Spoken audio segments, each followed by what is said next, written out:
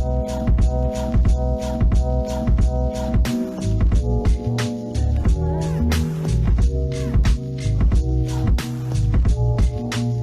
right. Good morning, good afternoon, good evening, whatever time you're listening to us. We're just so grateful that you are here. We have our second guest star today. If you see over, we have Blake Harmer. He's one of the co-founders of Bearfoot. Of course, as always, we have Tanner Rahoy, and my name is Parker Wyatt. Yeah, before we get into talking with Blake, we got a lot of great things that we're going to ask him, and he's going to talk with us about. I just want to talk about some of the things that we have going on. First, if you did not see, we do have a TikTok now. Blake, I don't know if you knew about that, but we have a Big Bear Theory TikTok. Hopefully it doesn't get banned. And it is. Oh, I know, right? I saw the bill go out. I was like, of course, as soon as I get this, there's a bill going out to ban TikTok. It's probably that day. I think it was. It was really close to it. I remember that. So yeah, fingers crossed because we're popping on it. It's actually doing just as well as our Instagram, and we have like less than 1% of the same followers. So sad to see, but we'll see how it goes. YouTube is actually doing really well, so don't forget to subscribe to our YouTube. And Facebook is still dead, guys. Come on, give me to 33. We've been 32 for like 3 weeks now. I don't think Facebook is our like target audience, to be honest. I just want to believe in Facebook, man. That's my platform. That's what I thrive off of. So all these other things I can't even figure out. So like you, Tanner, I'm an old soul, but at least I used one of them. 90s kid. There's a funny episode, Blake, where I think it was like the first time we did shout outs. We do like shout outs appreciation, everybody that's followed us. And Tanner was the second one. Oh, nice. Shout out, I Tanner. mentioned. Hey, shout out to my mom. Maybe she'll do the Facebook like, all right? There we go. We'll be sure to at her and make sure she gets the gist. Yeah. All right. Well, so we're interviewing Blake, talking with Blake. What has it been? Is this our 15th or 16th year? 2008 is when we formed. So yeah. This is year 16. Wow, it's crazy. It's almost as old as our company can drive. So, hey, man, we can't wait to get our driver's license. Very, very excited. Yeah. I awesome. know we should not let Charles drive. If I recall him driving, very fast driver, side by side. Responsible. That's funny. Well, that's a good segue. I mean, I feel like that's a really good story to like start it off, Blake. I guess how did you and Charles meet? We actually had like a college class together, like a community college class together, and we started like just kind of like teasing someone, honestly, just like like randomly. Of course, that's going to be what it is me. And then we started just kind of like laughing and having a good time, and we became real quick friends after that. What's really funny though is we went to the same high school, but we're in completely different social circles, and so never really knew each other at all. I was like, oh, you went to Dulles, huh? Yeah, so yeah, it was real good though. So Blake, you were like me, right? You were the preppy guy. Yeah. But I was really friends with like a lot of different people. That's kind of been my whole life, really. Is I've kind of always kind of fit in and been able to meet people and become friends with a lot of different people. So I can agree with that. If you spend 5 minutes with Blake, you would understand that he is the most welcoming human ever. Not surprised that you had just kind of floated through. Yeah, like I'll make fun of myself, and I think people dig that. Well, you're I think it's important to be able to laugh with yourself. To me, that's really what kind of made me feel more comfortable, was the fact that I do funny things, and that's fine. Yeah.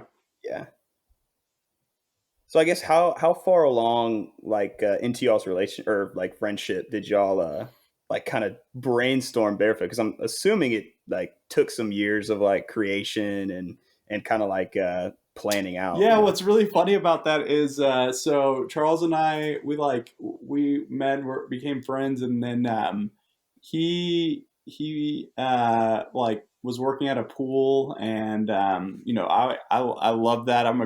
I love swimming and always been a swimmer, and um, so decided to kind of work with him at a for the summer as like a manager, and we actually like opened up a pool that it was like their first summer open, and Charles and I opened up the facility, and so we worked really well together, and had a lot of fun. And then we worked for another company. We moved to Austin and then worked for another company the following summer, and didn't have a real great experience with that. And so that's when the wheels started kind of turning for us, is like, oh, like, hey, we're good at this. And then these people are not. And yet, they're the kind of like the leaders and the business owners. And so that's kind of what inspired us to kind of get going and get Barefoot going. And it was kind of like, hey, if these people can do it, why not us? And so Charles started he had like a lot of experience within like first aid because he was an Eagle Scout. And so he was really comfortable and kind of like the training, and he was like the operations guy. And I was kind of like the business guy, sort of like, I was drafting the contracts and working on payroll and things like that. And it was really, really fun times because, we're just always kind of seeking out the answers to questions we didn't even know at the time. And so it was, it's been a really great learning experience, and we've gotten closer and closer all the time, so we've gone through a lot of things together, and the ups and downs of owning your own business, and learning the hard lessons. And so it's been a great experience for sure. So just for update, because you both were around 19 years old when you started this company, and I mean, where did you even, like, to me, it's like, how do you even start? Like, was there like a lot of Googling or research, or did you just kind of plug and play and just see what happened? Like, I've always been curious about like the contracts, payroll. Yeah, there was a lot of Googling for sure. What was really good was like Charles had a friend that was an attorney, and like he helped us quite a bit in terms of like forming the LLC. And really, like, I got to give credit to Charles a lot. Like, he was really like the guy like spearheading a lot of it, and like kind of like making the trail for us, as I would say. And was never afraid of like a question, and so really kind of what it was like we had each other's backs, and so like we weren't going to let each other fail. Like, what, if Charles said something, like I was going to do my utmost to make sure that happened. And so that's kind of the dynamic that kind of formed between us. So he had a lot of courage, and I was kind of there behind him, making things happen. So, but yeah, knowing the right people, having the right relationships, and then being kind of brave enough to put yourself out there. That's really kind of the formula to our success there. So. Funny we talk about the brave concept, because a lot of what we've experienced over time is that people are so fearful, to even take the first step, because there's so many what ifs. And, I think this is a great constitute to what you're saying, right? Imagine we play like, what if, we don't know how to do a contract? What if the contract is like not legal? Or, what if we do payroll wrong? And, we could play the what if games on this company. So to me, it shows, you don't have to be masters or doctorate in business to be able to start a company. You just have to kind of, like you said, know know the right people or know some people to kind of get the wheels turning and like take action from there. And, you can always improve over time to get it to where it is today. So pushing into that, what would you say that you initially needed to kind of get Bearfoot running to, um, kind of take its kick and to create kind of a system of like levelness, I guess, say where it's running and it's running well.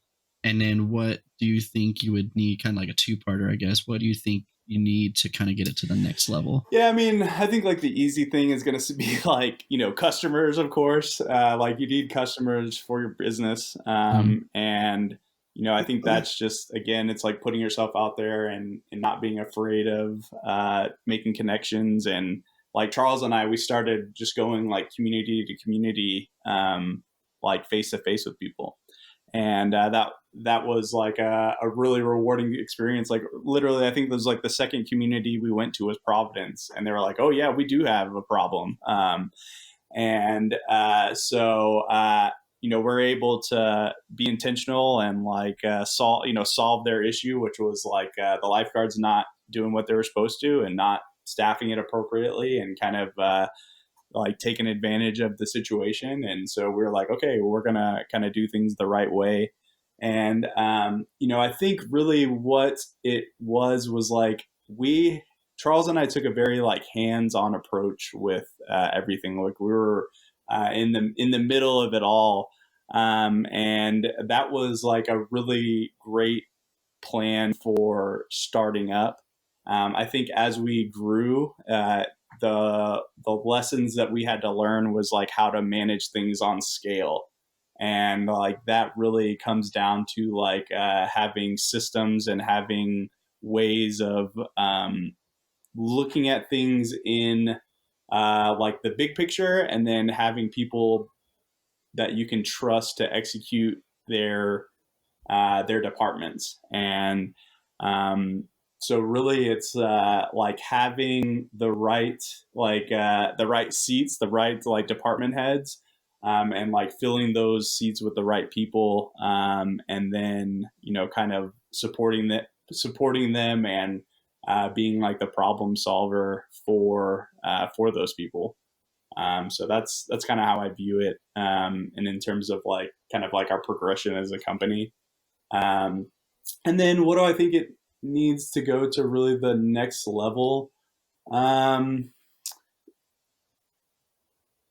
I think we've built good systems. I think really what it comes down to is like being able to bring in more people to like go after different cities, different parts of the industry, really. And like that's what we're kind of scratching the surface on now, in terms of like a lot of the work that like Kevin's working on and Jonathan are working on, in terms of like maintenance and repairs and doing large like construction stuff. And then Parker, the angles that you're kind of taking with like our training, and how we want to like broaden that out to the rest of the industry. And then we're coming up with some cool products like I'm really excited about the tube. We keep on having to redesign that bad boy, but hey, like Kevin and I were talking, and it's like, hey, we want to be like patient and make sure that it's like exactly what we want and right,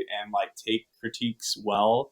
And so so I think it's really just kind of like finding different different avenues within the industry and kind of expanding on that.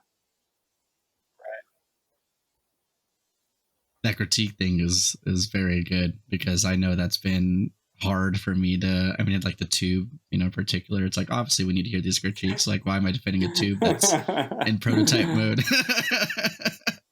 But I will, like, yeah, it's a little thick, but we can work around it. And it's like, no, it's thick. That's what we need to skinny it up. And so it's been funny kind of dealing with that, and also the patience aspect, because I know we've really tried to push this tube for about 3-ish years now. But it's playing that just step by step to make the best product that we can make and provide has been very, very good. So it's been cool. Yeah, learning all this and going through it. I think like the tube is like a really good example of like it brings up a good question that I have. And I think like one of the first things I noticed like about this company and especially like working with this company is y'all are very patient and you're like very honest and in your like business moves and everything that you do, it's like very meticulous. So like can you kind of like speak to that? Like, I know that's probably like a conscious decision that like you and Charles have had. And I'm sure there's been opportunities in the past where you could have probably jumped to like make that extra money, but it may not have benefited y'all in like the long haul and everything like that. Yeah, I mean, I'm gonna credit Charles again on that. Is he's really um, like he cares about the details of things and like the quality of things. And I think I'm more of like a process, larger picture, how do we solve the problem kind of guy. But like his passion for the details and the quality, I think, is really what's behind that. And so again, I think it's like this like this like harmony of like working together and like me like caring about him. I'm like wanting him to be like satisfied or happy with what's going on within his company and our company. I think that's kind of like a really key driver in that. So um, yeah, that's how I would kind of say that. And then Blake, you carry one of the huge principles that we really try to push, and I know Charles, he pushes the leadership and kind of the development of today's generation, but you are huge on pretty much what you represent. Like I said, if you spend 5 minutes with Blake, he's a great human being, and he truly takes time to get to know you. I mean, he is the guy. If you ever see him order a sandwich at Eatsy's or a salad at Eatsy's, I mean, he shows so much appreciation for that. And so your overall principle being kindness, and where does that like come from, and really what does it mean to you that you would want to pass down to everyone else? I would say when I was younger, I went through some like pretty difficult things. And I think that gave me a good perspective on like what is important in life. And so like I think I think it like just kind of like I'm struggling here a little bit. Sorry. No, you're good. Take I your think time. it just like that shaped me so much. Where I hate to say like pain, but like this pain like shaped me so much, and I felt the like the depths of like raw human sadness, and Yeah. then being able to like see the rest of the world in like a better light. So you got to see like the darkness, I guess, to see like the light. And so it made me want to like be genuine with like anyone that I was around. And I think it's also served me because like when I feel that someone's not being like genuine to me, when I get that like gut instinct, I'm like very wary of that individual or that person. And so I think it's helped like protect me in a sense of like, hey, I'm going to put myself out there and be a kind person, and then I'm going to be able to like see how you respond to that and how you interact with me, and then I can kind of like work with that, and Yeah. so I really think just kind of like going through the experiences of life and like kind of the hardships of life, again, it's given me kind of like this perspective of appreciation of like the good, and like getting a great salad at Eatsy's, hey, thank the person that's making you that salad. That's uh, true. Yeah, but yeah. Because I mean, he'll order the salad, and he's just like, "Thank you so much for this," and I'm just like, "Man, it's even cool to watch." Blake, like I don't know if we give enough credit to that aspect of it, but I mean, I gotta say, like that probably does like make their day, Yeah. just by that contribution, and I just want to give you kudos for that, because it truly is like I know it sounds like it's like weird, but I mean the amount of, if we all like were just acted that way. appreciative, actively appreciating one another. I know Charles's big saying is like, if one person in this world loved another, no one would go unloved. And What's I funny, think that's wife, ways to show it. My wife teases me because she's like the way people look at you when you're like, hey, what's up? How's it going? They're like, what? and so she thinks it's hilarious. It is. So it's good. It's a good funny. Yeah, no, it's like really whoa, but then it's also like, I could do this. Like I'm feeling it. It's man. And it's like really helped me a lot because I have like so many different, again, like going back to like high school, I even currently have so many different like friend groups and people that support me, and it's amazing, and I feel just so fortunate because I've got wonderful people around me, and not a lot of people can say that they have that, and so I really like want to nurture that and be intentional with that. Because like you never know when your friends are going to move away or something happens and you don't see them for a while, and so it's like like savor those moments. And like even today, like my buddy just got back from Ecuador and we all met up for breakfast and right before class and hung out and welcomed him back and then went and trained together. So it's always important to have great groups of people around you. You learn so much from different people, and it's really important. And I noticed you said train together as of jiu-jitsu. Oh yeah, speaking. Now I was telling Tanner right before this, I can get into tangents with both of y'all, like sports, jiu-jitsu with Parker. I gotta be careful. I gotta be real careful. Who would have thought that this podcast would just turn to you guys? You notice how I swung in jiu-jitsu there right away. So I figured I could deflect that away, man. All the defenses, yeah. Man, that's funny. Did you? This is kind of a random question, but did you play sports growing up? Not really. I like swam a little bit and I golfed a little bit, but not really. Yeah. What's your handicap? Oh, dude, not great.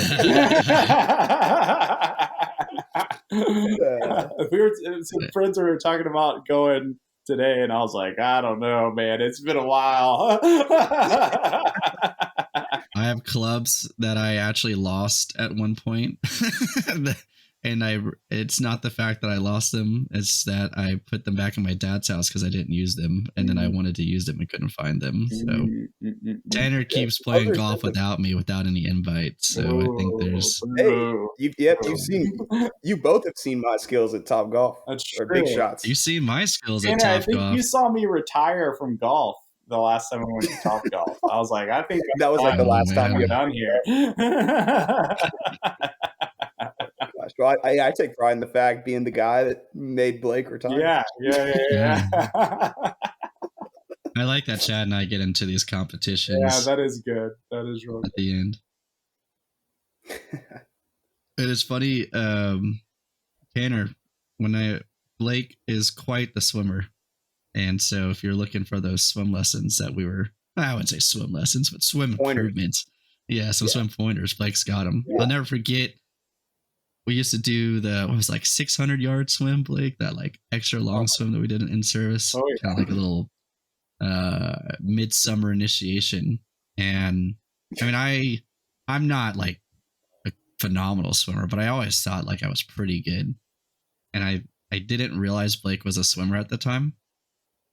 And so Blake and I were running in service together, and we're like swimming, and I'm going hard, and Blake is like perfectly in front of me. Like I could probably touch his feet if I really was stretching out.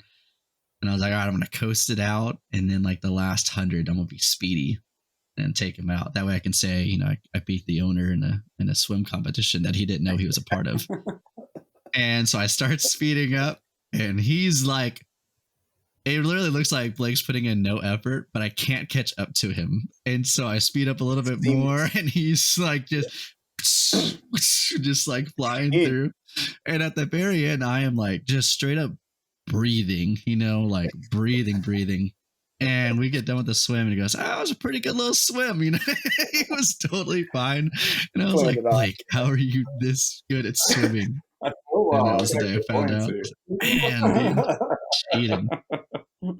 But it proves, man, like once you get good at swimming, like it's almost like riding a bike. Like you really just can't backtrack from Yeah. there. Yeah, the thighs and hammies might burn a little bit, but Mhm. that's Yep. the worst of it. Still was, well, yeah, it was the day I got defeated. And my other favorite, I have two favorite memories of Blake. So one was a swim, fact he beat me. Two was we were trying to set times for spinal backboarding, and I can't remember if it was with, I want to say it was with Charles, and Blake was the primary. He was the one that was gonna do the spinal save, and put him on the backboard, and they were gonna work together. And Blake was singing "Eye of the Tiger" as he was doing the save, and literally, because we all start about the same, it's about 10 or 15 feet away. You have to turn the victim 180 to check out the bin and everything like that. And still, with all of that, they did it in like 37 seconds. Jeez. Perfectly. Yeah, was that like Greenwood, right? Was like Greenwood Hill? It was at Greenwood. Yeah, it was at Greenwood. But I'll never forget like him singing "Eye of the Tiger" and like holding the victim. Yeah. There's a video somewhere, but it's so long gone. It's so sad. Yeah, that was the thing. But yeah. When Charles and I like worked as guards, when we were teenagers, like we would do that. Like at in service, we would sing like the Baywatch theme and wreck in service. we were the best ones though, because we like cared about what we were doing. Yeah. So. Well, that's what we stress. If you can be the best, you can sing. Oh yeah. I was gonna say, who's better lifeguard? I mean, I would say like at land skills, Charles will run circles around me, but in the water, I'll run circles around Charles. Charles is a little dense, man. I'll get him to the wall and then let Charles deal with him. How about that? There you go. Always been such like the tag team on that. I remember when we recorded videos, we were trying to get some like underwater shots, and Charles was like our cameraman. And it wasn't like super warm, but it wasn't like super cold. Like it was one of those where you could kind of get used to water if you swam a little bit. But Charles, man, like he was like 11% body fat, if that. And so you have to come to go in, and he would just come out. He's like, "Oh," like just trying to grunt out the cold. That's funny. And I was always grateful to have so I don't work out. Like I always say, I float a little bit, and I'm a little more insulated. Well, what do you think? I have a good question for him. Okay. Yeah.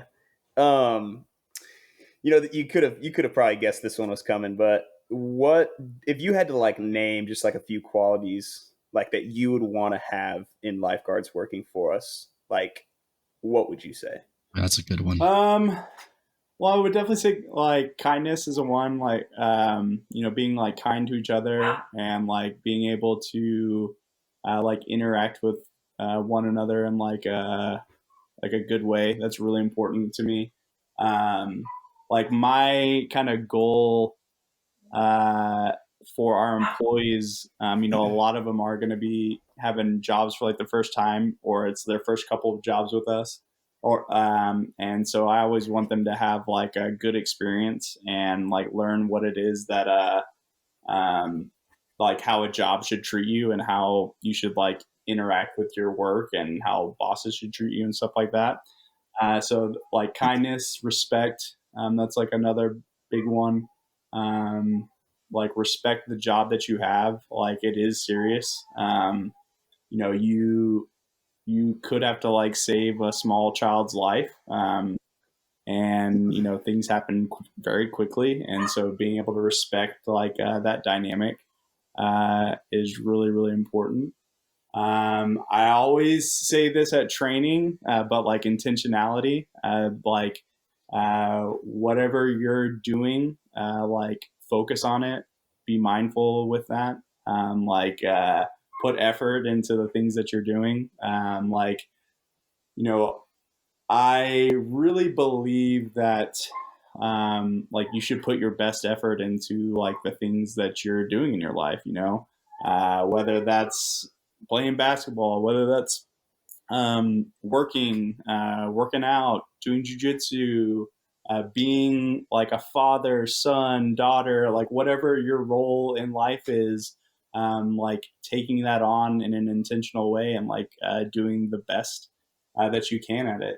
And I don't think that that's like a necessarily like a natural skill, but it is something that you can learn and work on and again be like intentional with. And so I really would say those are really the kind of the qualities, our core values: compassionate, integrity, um, Mm, leadership.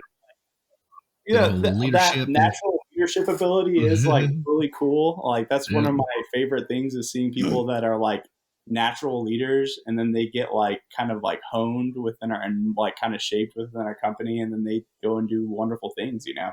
And so that's always really really cool to see. So yeah, I think that's what I would say. That's awesome.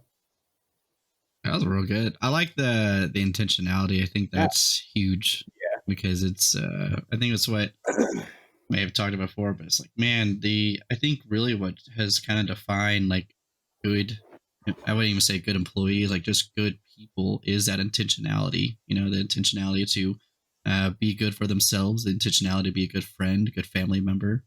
And, it just takes that intention to kind of step yourself up a little bit more. I thought that was good. Yeah, 100%. Um, I think well, oh, go ahead, Blake. Oh, Tanner. sorry, cutting you off. Uh, I think Blake. I mean, you brought it up, man. Like talking about work ethic. I mean, like we talk about it all the time, where it's like that's like a skill that you have to like kind of learn and like hone in on.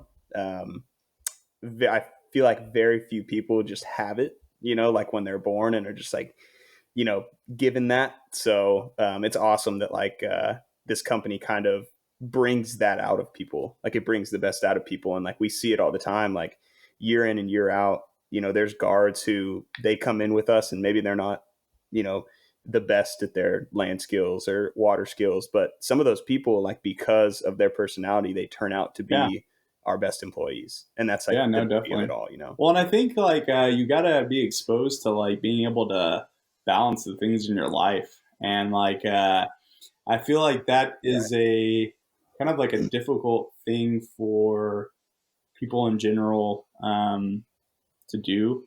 And I think people get like blindsided when they have like major life changes and then they have to like adapt to those things. And so like starting out and learning how to balance a job and going to school, like just something as simple as that Yeah. can give you tools and mindsets that are going to serve you when you're a parent or married or whatever. I really think kind of learning those simple lessons and like starting to apply them as early as possible really does make a big difference in your quality of life. Yeah, practice it now while you're young, man. Because I mean, like anything, the older you get, when you start, I mean, the harder it is to learn. And that's kind of like the big thing that I always push is, especially to me, the school and work at the same time. Because in college, man, I just feel like there's almost no way you can't not work. It's very rare. Yeah. So if you're blessed, be blessed. But it's being able to set your mind to expand past what we want the 9 to 5 to be. I think is very crucial because life will get you, and life has the tendency to say, I don't want you to just focus on 9 to 5. I want you to focus on 8 to 10.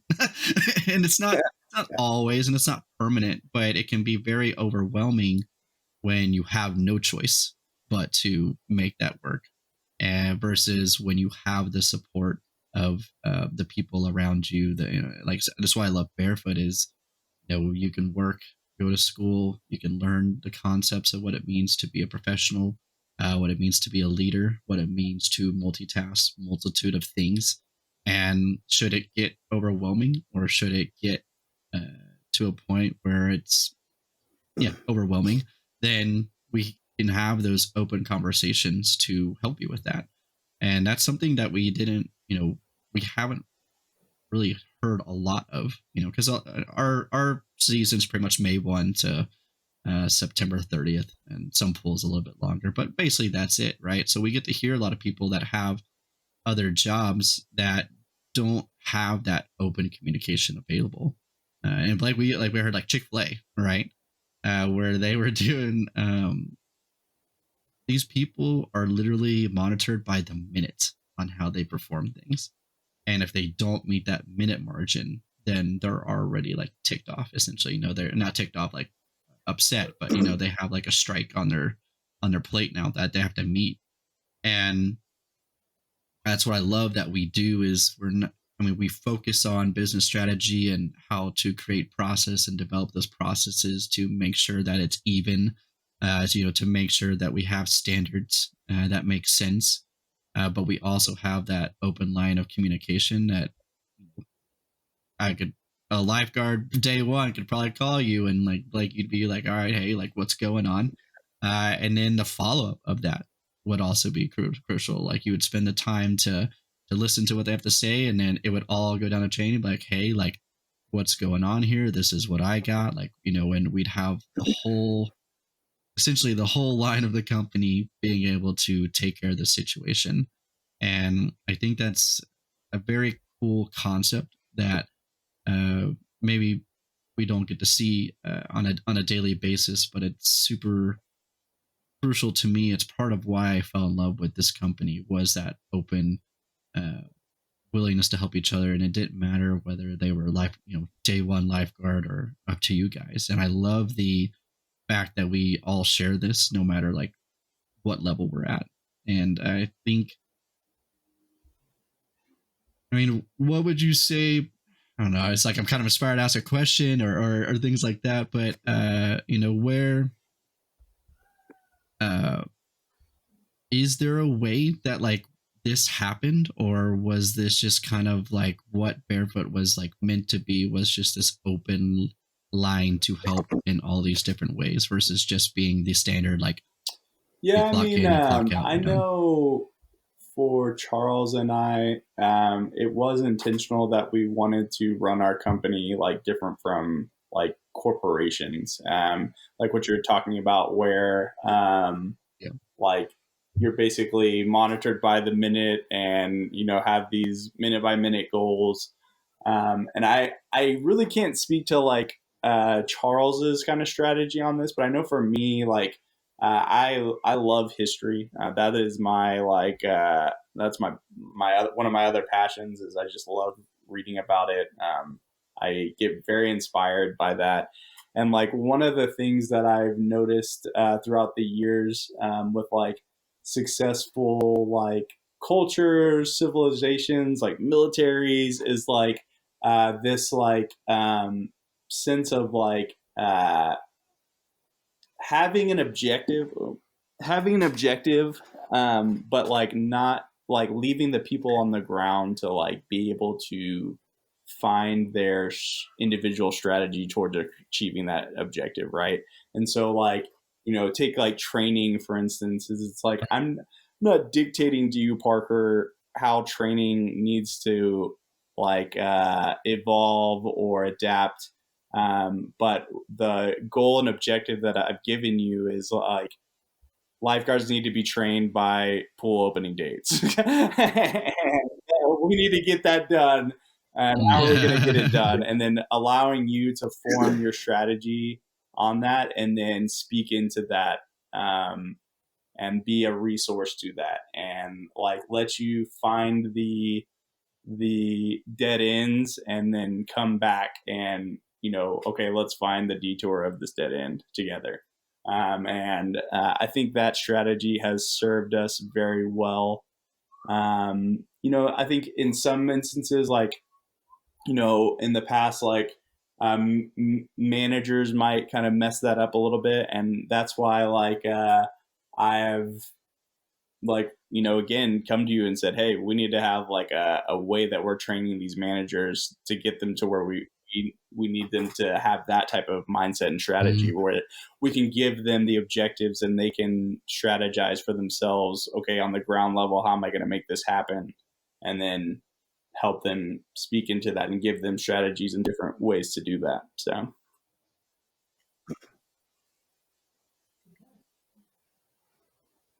Well, I think I got all my questions and insight. Tanner, do you have anything else for good old Balake? Not at the moment. I feel like something's going to come in my head in like the next 2 minutes. That's all right. Well, Blake, he travels a lot during the summertime. So if you ever have the opportunity to meet Blake, I mean, with intention, talk with him. He's a great human being, absolutely fun to talk to. Has great insights. If you're a history buff, I mean, for real, Blake is. We did a book club sort of thing with all of the full timers, where we each got to pick our own book and talk about it. And this man literally picked like a textbook, ish. Sort of. It was oh man, you told me about it, but it was like the first historian or one of the first historians to like actually write history. Really. Yeah. There you go. So that's Blake for you. So he's got a lot of cool stuff on that. But like I said, just a great person to talk to. He loves getting to know everybody. He's super friendly. So just can't encourage that enough. If you see him in Houston, you see him DFW, give him a hello, high five, and go from there. Well, Blake, thank you. I think I got one question. I take back my thank you, Blake. You're no longer Greta. You no longer thank you. And you honestly may have already answered this with like your love for history, but like, is that what you were going for? My wife was talking about this the other day too, and she was like, "Yeah, you wanted to be like a history professor." Or we were talking about it yesterday, and so yes, that's what I was going to school for. So I wanted to teach history. Yeah. Dang.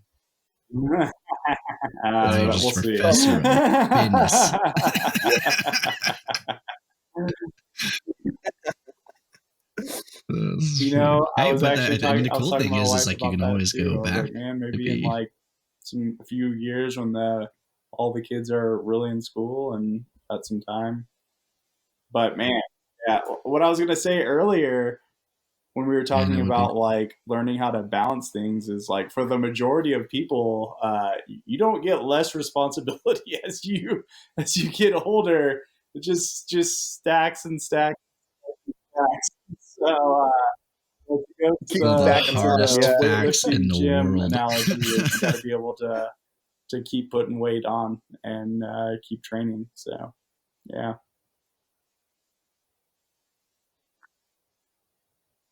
That's a good analogy.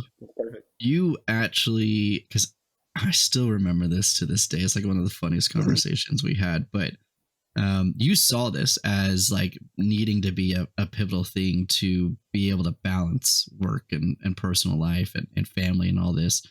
And it was, gosh, it must have been like forever, 5 or 6 years ago. But you saw the real big need for a routine. Yeah.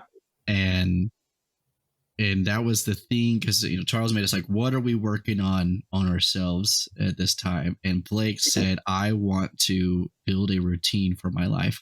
And we all laughed. And it was like, because, Blake was a lot like me, how I am, right? Like, just we're going to make it happen one way or another. And that's how it's going to be. But you saw the point that it needed to change to build a routine. And what was like that point that you felt like the need to make that switch, and like how has it changed your life now? I already know the answer to part 2, but because man, really it was like my kids being born, like my daughter. So I mean, like ask like Charles and Gabby and everyone, like those first couple of years were pretty rough for me, and like so. Like it like had to happen for me to be like successful or be able to participate in anything in like a real way. And so that was really the motivation for it, I think, is like the responsibilities, like, again, just kept getting stacked. And then, okay, it's like, I got to find a way to deal with this. And, that's the way to do it, is to build a routine. And, so, if you have these like set things that you're going to be doing every day, every week, it gives you the ability to kind of plug and play with some stuff. And so it does like empower you more. So not to like, get Jocko in here, but discipline really does bring you freedom, because you're able to make things happen in the way that you want them to happen, because you're disciplined to be able to do it. And it's pretty funny. Like I get like, I go into periods where like I'm on my routine, and when I get stumbled, and so it was funny. Like I was prepping for a competition at the beginning of the year. I got in really, really good shape. And then this last like month and a half, like I've just like, eating bad food, not really caring, not really being too, and then I got hurt. And so like, then I really didn't care because I'm like, I'm just like nursing some injuries. And so on Friday, it was really funny. The guy who owns our gym, Robert, he's just like this really intense, funny guy. And he like pats me on my stomach, and he was like, "That wasn't there like a month ago." and then we like keep going on the conversation. And he's like, I like really don't respect people who like just kind of let themselves go. And I was like, oh, jeez, God, Robert. man. And he was like talking about people who just like, really, but I took it on the chin. And so, that night I'm like, all right, it's time to start lifting again. So I'm 3 days back to lifting in a row. And then today I trained super hard at noon, like where I just was giving it all. And I was like, all right, like, I'm gonna take it seriously. And so it's good to have those people that will speak into your life. And he wasn't being mean or anything like that. He was teaching me in a really loving way. But he spoke truth to me. And so, I said earlier, it's important to have those people in your life that will keep it real with you and have that all around you, because, it's easy to get lost in yourself and your circumstances and lose kind of like that self-awareness on things. And that's another trait that I would say I would love for all my employees to have, is to know themselves, and like know when other people are comfortable or uncomfortable, and being able to adapt within those situations and do the right thing within those things, and know when to step back or when to lean in and be like, hey, it's okay, and so I mean, really knowing yourself in a way that makes you comfortable to be around others. And I think a lot of times people just get like kind of built up with the fears of situations. Like I know that's for me, is like I'll fixate on like something that's coming up, like this podcast. I was like thinking about it for like 2 days, and then it's just like, hey, it's me talking to Parker and Tanner. It's not a big deal. And so the fears that you build up within yourselves are always worse than what the reality is. And one of my favorite things that I've learned in my life is the person who lies to you the most is yourself. Yes, I was hoping that was about to come up. Doubt yourself. Doubt your doubts. Like those lies and those doubts that come through. Like give them a double check. And sometimes it's true. Like sometimes there are situations that you should respect and fear, but you build up the courage and you face them, and you see what happens. You punch it. Well, that's another favorite phrase of mine. Punch a hole in it, see what happens, and go with it. So Yeah. One of my my favorite advice you're talking about courage and battling this fear is you let the fear show you what to be aware of, and then you use the courage and you prepare Yeah. to conquer that fear. And the more prepared you are to conquer that fear, the easier it is to do it. And I think we talked about like a fire, right? And like if you just ran through a fire, willy nilly, then you're probably going to get severely burned and may not, it may not work out very well. But, if you start preparing, you get a blanket, find a way to like, breathe properly and things like that, you're going to be more willing and more confident to take that on.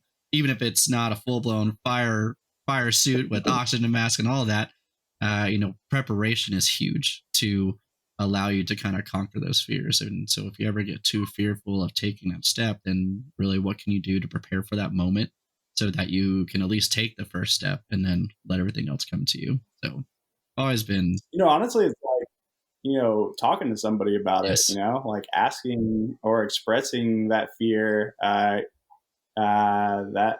can be a great relief and then a great first step to it, and like Charles has been really, really great for me with that, and like a really important avenue where I can just tell him what's on my heart, what I'm scared of, or whatever, and then it's like, all right, well, that's done. So yeah, let's It's like move being on. vulnerable, yeah. Like being okay to be Yeah. Like knowing who you can be vulnerable with yeah. in like a real way. It's really important. It's awesome. Well, I think that is the perfect ending, Blake. So Yeah. Have you done a podcast before? Yeah. Bro. It was Nick's first time too, so Yeah, no, this is my first time. So it was fun. like, So hey, whenever y'all want me on, just let me know. you'll be on, Blake. Don't worry. We got Don't tell us cool that. stuff cooking. Cool got stuff third is stuff. cooking. Probably the worst sentence I could have ever come up with, but whatever. Well, Blake, super grateful for you. This was a lot of fun. I was very, very excited for you to be on this podcast. Let people see you for you. You're almost unknown within the company now. They know of you. They know one of the co-founders' name is Blake, but don't get to meet a lot of people. So I hope this is a way for people to see how great Blake is, and I can't thank you enough for being on here. Well, do you want to thank some people for us? Sign up for lifeguard training. Yes, we're coming up with summer. So make sure we have the application link on our Instagram now, so that's been added. So you can click on there, and that's like a one-stop shop. So you don't have to click any buttons, or I think you click DFW Houston. I'll have to double check it, but yeah, we made it as quickly as easily as possible for you guys to work with us for DFW in Houston. Invite your friends. Yeah, invite your friends. The more, and we encourage that. That's actually one thing I always feel like we want you to work with your friends because we know if you're going to be top-notch hard worker, then your friends are probably going to be a top-notch hard worker too. So we love being able to continue those relationships, those friendships throughout Bearfoot, and grow in this journey together. So you absolutely are more welcome to do that. I'd love to see you all. We're still visiting schools, so if you see us, give us a high five. We'd love to talk with you guys. And last, I think it's just our appreciation for all our followers. So, and Blake gets to say thank you as well to all these lovely people. So not as many because this is only from like Friday to Monday, so it's kind of a shorter list. But read them off. Everybody gets their credit. Starting with Avery Adams. Thank you. Actually, it's a lifeguard, so thank you for following the podcast. Blake, this is where you get to see that I can't read very well as I try to read off these names. So, Bisiana Polisi. Thank you. Dylan Williams. Randall Smith. That's a jiu-jitsu guy, Blake. He's like 6'8" or something like that. He's super tall. He can literally put you into a Darce from like close guard, I swear. And Darces are one of his favorite moves. So Lexi Burns, Jacob Frank, GTX Nate, Damon McDaniel, Blake Drury, and Johnny Kwan. Thank you all for the follow. So really appreciate it. Natural snort chip, and I might be able to make it a reel. So thank you all, or maybe not, for not getting more followers up on this page. But thank you all very much for following. Really appreciate it. That's what helps us grow. That's what helps us to interview wonderful humans like Blake all the time. And we have another interview next week on top of that. So secret guest star coming out and about. So looking forward to that.